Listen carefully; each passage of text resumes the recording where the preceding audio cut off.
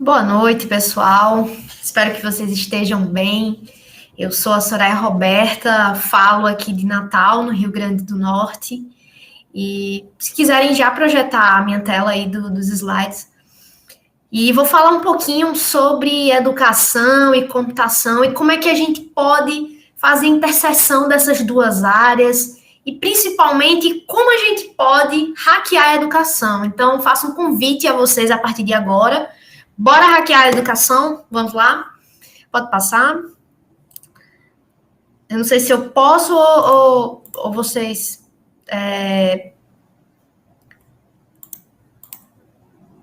Só um momento.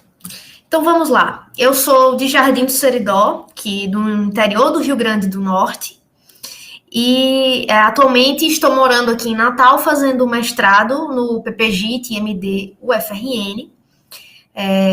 E minha formação foi toda na área de computação, né? Então, eu tenho o técnico em informática pelo IFRN, a minha graduação em bacharelado em sistemas da informação na UFRN, e agora eu faço um mestrado em inovação em tecnologias educacionais aqui na UFRN. Então, só para vocês terem aqui uma noção, coloquei aqui o Maps, né? Vocês terem uma noção mais ou menos da distância da minha cidade, da onde eu nasci, de onde eu vim, até a nossa capital, né? Até Brasília, até mais ou menos onde é que se situa e qual a distância, né? Então, falar sobre o meu lugar remete muito a essa minha trajetória no contexto da educação. E na minha infância eu costumava escrever muitos poemas, eu adorava escrever poemas. Esse é um dos meus poemas preferidos, de Carlos Drummond, né, No Meio do Caminho. E esse poema, ele fez parte da minha infância, adolescência, e quando eu entrei no IFRN para fazer meu técnico em informática, eu conheci um outro tipo de poema, que são os algoritmos. E os algoritmos, eles nos permitem escrever coisas e fazer com que essas coisas sejam executadas, seja por meio de um computador ou por meio de ações mesmo que a gente acaba realizando em nosso cotidiano, né? Então, dentro desse cenário do meu ensino médio, eu aprendi que os algoritmos, eles tinham uma estrutura, uma certa estrutura que tinha muita relação, se relacionava bastante com a poesia, porque aqui a gente observa que ele tem linhas, ele tem blocos de código, ele tem funções, e tudo isso vai se interrelacionando e compõe, né, um algoritmo. Então, observando essa semelhança, eu comecei a escrever poemas com algoritmos. E esses poemas com algoritmos, eles se tornaram o que eu acabei desenvolvendo ainda no ensino médio, um manifesto literário chamado Poesia Compilada. Esse algoritmo, o nome desse poema algoritmo, foi justamente do meu primeiro poema que eu acabei escrevendo com poesia compilada. E aí, eu escrevendo esses algoritmos, esses algoritmos em formato também de poemas e trabalhando com isso, eu resolvi criar a página Projeto Poesia Compilada, que eu compartilho alguns desses poemas, poemas algoritmos, né? E que serve também para que outras pessoas mandem seus poemas escritos em formato de código para que a gente possa compartilhar e criar essa cultura, né? E em 2018 eu participei da Campus Party aqui em Natal. Isso aqui eu participei de duas formas. Aqui foi o workshop que eu ministrei e teve também uma palestra que eu falei sobre o Poesia Compilada também naquela época, o que a gente tinha conseguido, né, construir até aquele momento. E aí, neste dia em especial, na Campus Party, eu acabei gerando nesse pessoal que estava participando uma formação para que fosse publicada como um artigo científico em um evento. Então, essas aqui são algumas imagens, né, do que aconteceu no dia. E essa experiência que eu tive na Xpar, eu publiquei um artigo, o ensino de algoritmos com poemas através do editor Poesia, né, um relato de experiência. Esse trabalho, ele se deu porque já na minha graduação, à época, eu já estava fazendo a inserção dos algoritmos com poemas para ensinar as pessoas a aprenderem a programar. Então, em meu ensino médio, surgiu essa ideia de juntar as duas áreas e na graduação eu acabei compartilhando isso e levando para o lado da educação. E aí, que foi uma coisa muito interessante, a gente submeteu esse trabalho e aí a gente depois começou a ganhar um pouquinho de visibilidade, a mídia local, né?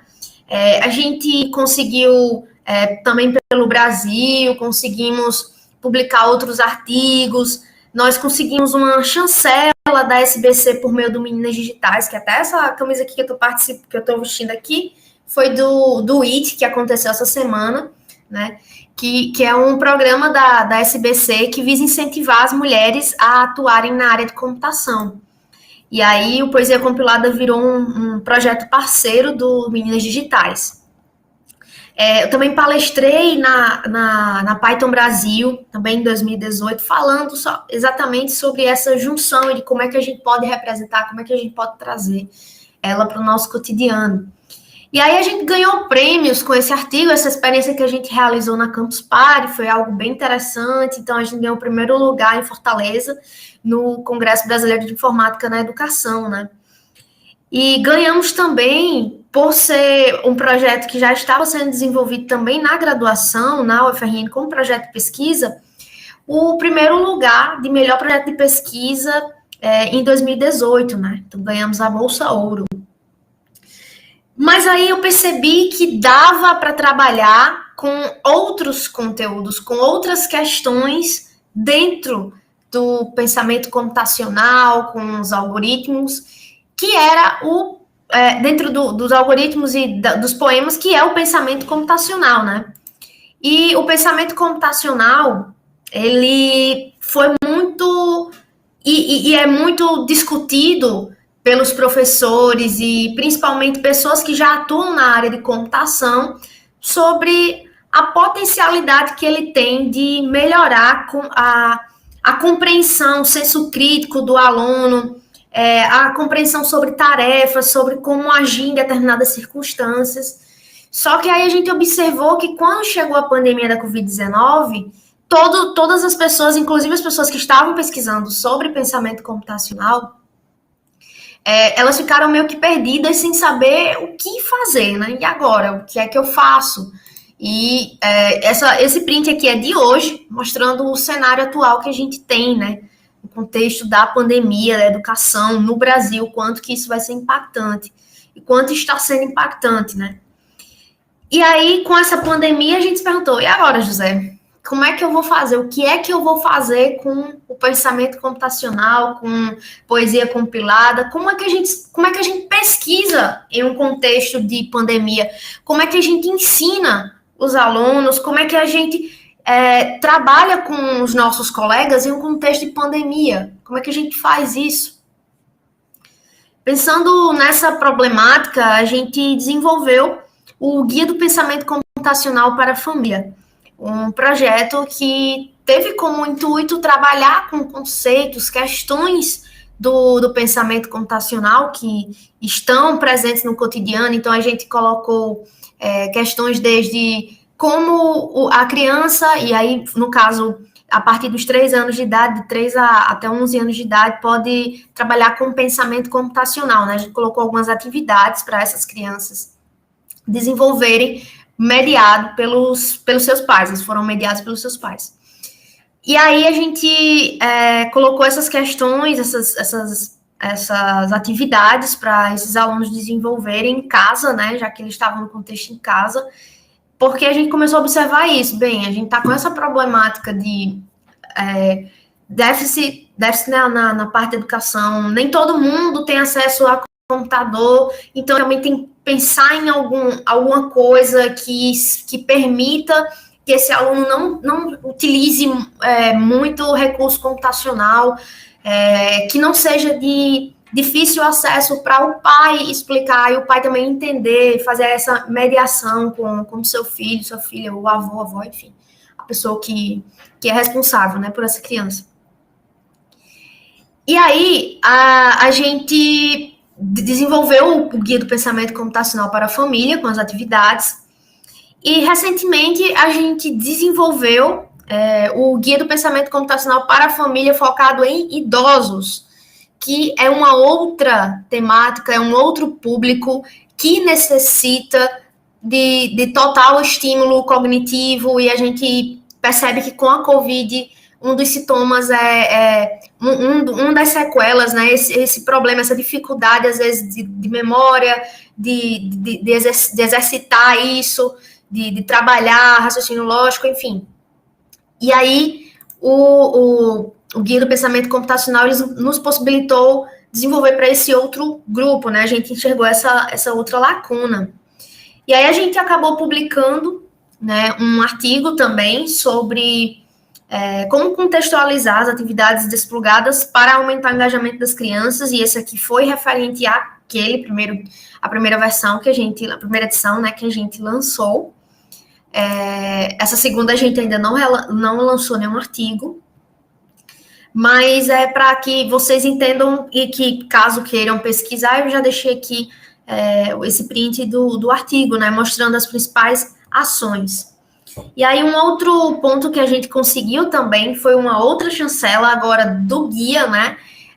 Agora é um projeto chancelado pela Sociedade Brasileira de Computação, SBC, e isso nos permite uma maior aplicação e uma maior segurança ao levar isso para várias partes do país. Então, eu recomendo até que vocês leiam esse artigo, porque a gente discute bem isso, como adequar essa linguagem, né? É extremamente interessante para quem é professor, quem pesquisa na área. E aí surge a seguinte pergunta, né? Como é que você pode hackear a educação? Tem um poema do Zendo Python, né, que é o Zendo Python, que foi escrito pelo Tim Peters, e um dos pontos que fala o primeiro, né, a primeira linha, bonito é melhor que feio.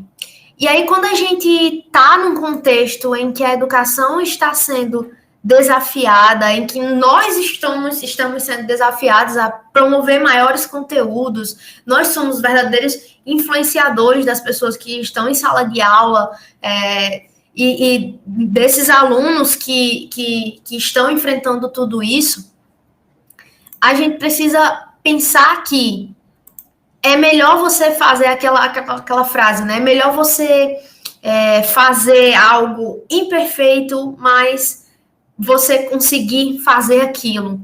Então, para hackear a educação, você não necessariamente precisa ter todas as coisas do mundo disponíveis para você naquele momento. Em diversas questões que a gente enfrentou nesse contexto desde do Poesia Compilada até agora com o Guia do Pensamento Computacional, uma das coisas que eu mais presenciei foi pessoas dizendo assim, mas eu não tenho como aplicar isso em minha sala de aula porque eu sou professora de uma escola pública. Mas veja, pensamento computacional, por meio de computação desplugada, você não precisa de computador. Então, você consegue desenvolver isso sem o computador, apenas você entendendo o contexto. Outro ponto que a gente precisa ressaltar, a importância de você saber reconhecer pontos fortes, pontos frágeis de projetos que já existem e saber copiar isso e saber colar isso na sua ideia. Construir essa sua ideia de forma que você consiga, de fato, impactar as pessoas, mas que isso faça sentido também para você. E esse Ctrl-C, Ctrl-V é importante também porque permite que você enxergue nessas potencialidades o que é que seu projeto também pode melhorar, o que é que pode acontecer, né, nele. Ctrl-Z, esteja aberta a voltar, a desfazer ações. Bem, fui até determinado ponto, não consegui executar muito bem meu projeto na área, e vi que isso não deu certo. Beleza, você já sabe que por esse caminho você não vai mais, então menos um caminho para testar, você vai para outro. Então, essa é uma das etapas de uma pessoa que tem um perfil resiliente, de uma pessoa que segundo o Fórum Econômico Mundial, né, apontou como característica para as pessoas, os profissionais do século XXI, que nos próximos 5 anos esse é o tipo de perfil que se espera no ambiente, né? No ambiente do mercado de trabalho, numa sala de aula e por aí vai. São características, ações que a gente precisa desenvolver.